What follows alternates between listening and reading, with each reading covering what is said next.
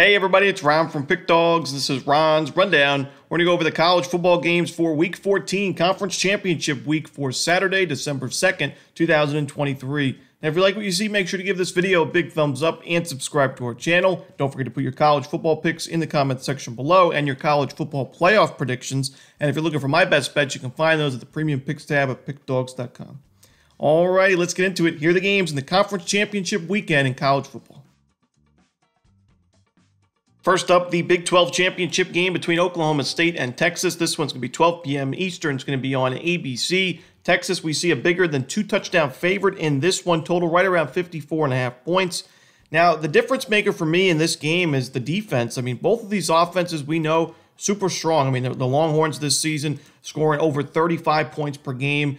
Oklahoma State, 30 points per game offensively. Really strong second half of the year on the offensive side. The last couple of games, 40 points against BYU, 43 against Houston. But the defense is where these teams kind of differentiate. As Oklahoma State, I don't trust its defense really against the pass or against the run. I mean, against the run, it was 4.6 yards per carry given up this season, the regular season.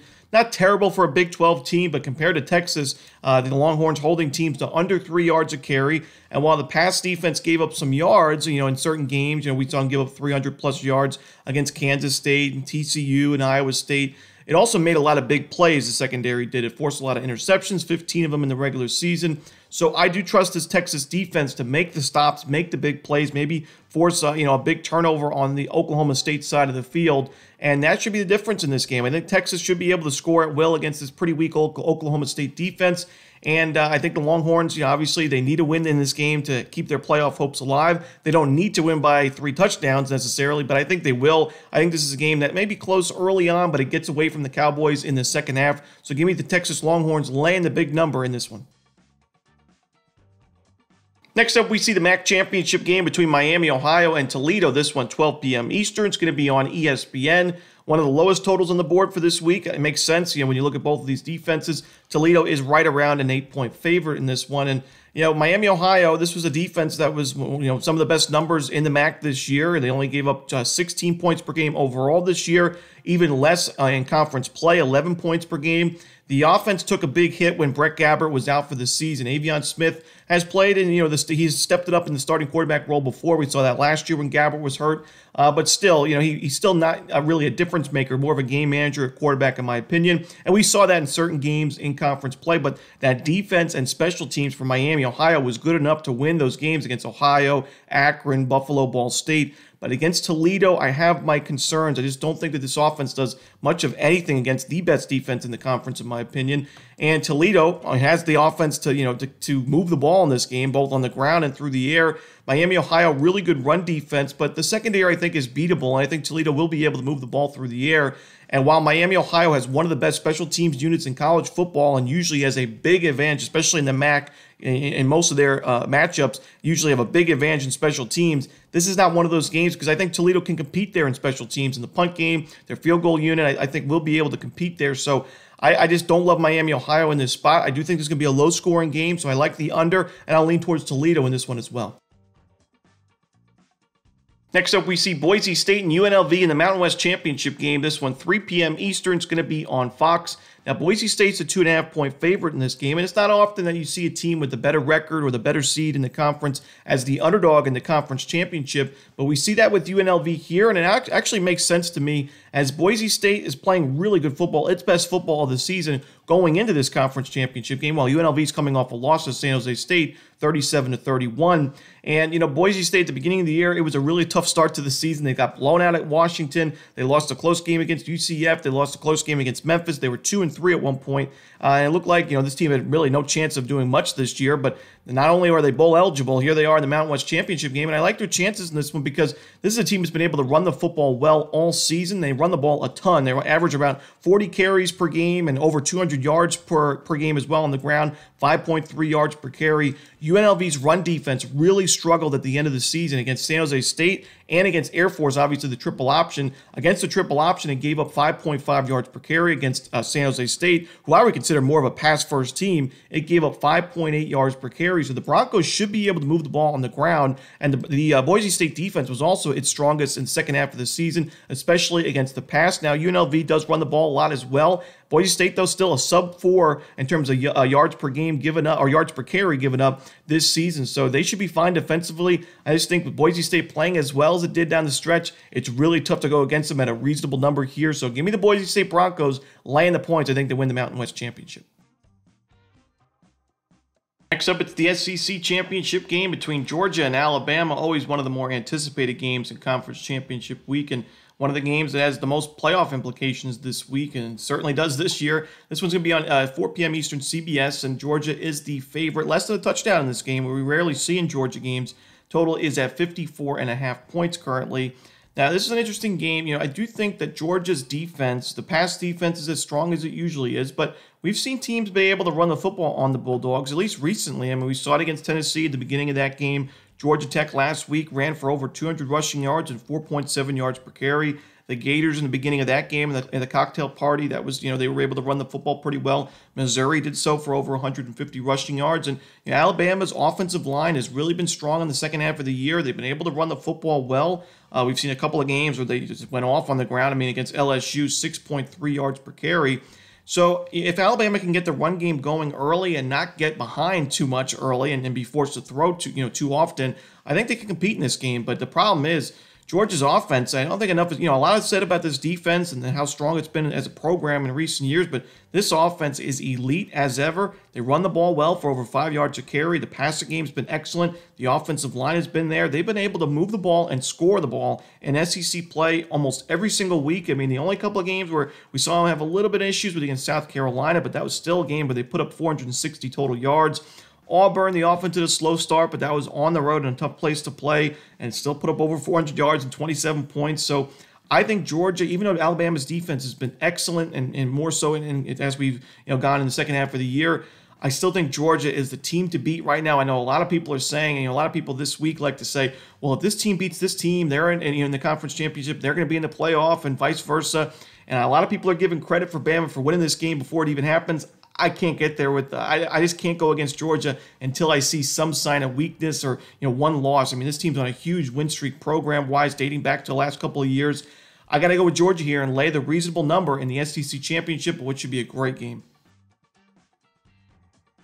Next up, we see SMU and Tulane in the AAC championship. This one's going to be at 4 p.m. Eastern start time. It's going to be on ABC. Tulane is a 3.5-point favorite in this one, and I also think the wrong team could be favored here. I mean, I know Tulane's the ranked team, and they had great success last year, and they're 11-1 this season. SMU 10-2. But SMU, I think, is just more balanced. I mean, the defense has really stepped it up. I think when you look at the most improved units in college football this year, SMU's defense from last year and the years before to this season, I mean, it's a night and day difference. Last year, SMU gave up 34 points per game. This season, 18 points per game. And in conference play, 17 points per game.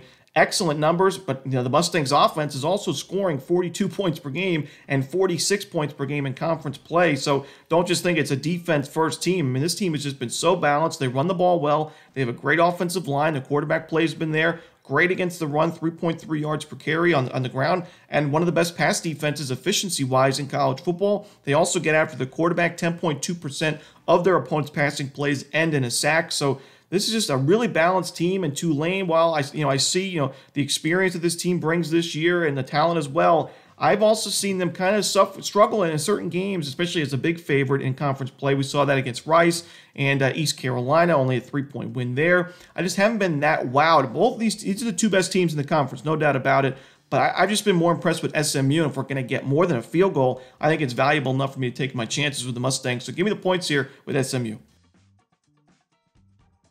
Next up, we see the Sun Belt Championship game between Appalachian State and Troy. This one's going to be 4 p.m. Eastern as well. It's going to be on ESPN. And this is a matchup between an elite offense and an elite defense. You got Troy with the elite defense, not only one of the best defenses in Group of 5 football, but in college football in general. And they're giving up only 3.2 yards per carry on the ground. It's 3.0 in conference play. They get after the quarterback. They've had 5 or more sacks the last 3 weeks. They've had a very good pass defense efficiency-wise, and just in general, really, really strong defense, giving up 17 points per game.